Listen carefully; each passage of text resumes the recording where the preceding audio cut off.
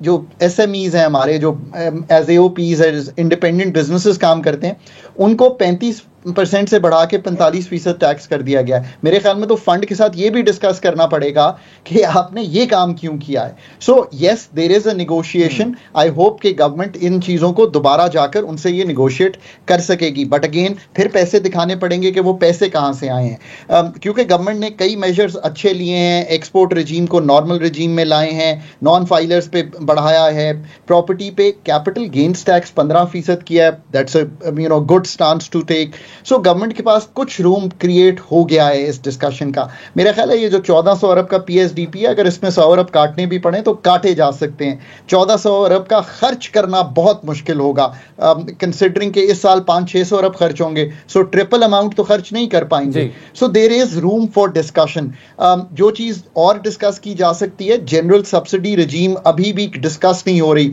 1363 अरब रुपए की सब्सिडी है। So you would have to tinker with things if you want to change these things.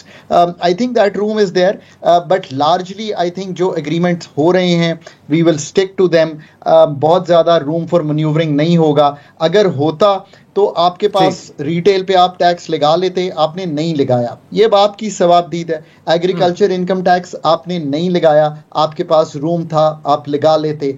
आपने अभी भी समझा कि NFC पे फर्दर गुफ्तगू होगी, NFC को उन्होंने नेशनल फाइनेंस पैक्ट का नाम देकर आपसे डिस्कस कर लिया। So it's a heavy taxation.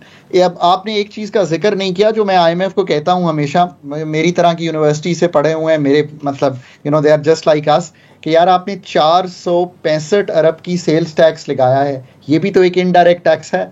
ये भी तो दूध की कीमत चाहे वो मिडिल इनकम या हाई इनकम वाला खरीद रहा हो वो बढ़ा देगा। सीमेंट प्रॉपर्टी पे एक्साइज ड्यूटी आए। So there are number of areas which can, पर ओवरऑल लेट मी से कि जो पॉजिटिव बात है इस बजट की वो ये है कि अलाइनमेंट चूँकि फंड के साथ है, अगर प्रोग्राम हो जाता है तो मैक्रो स्टेबिलिटी आदिल जो अभी है वो थोड़ी सी सीमेंट हो जाएगी।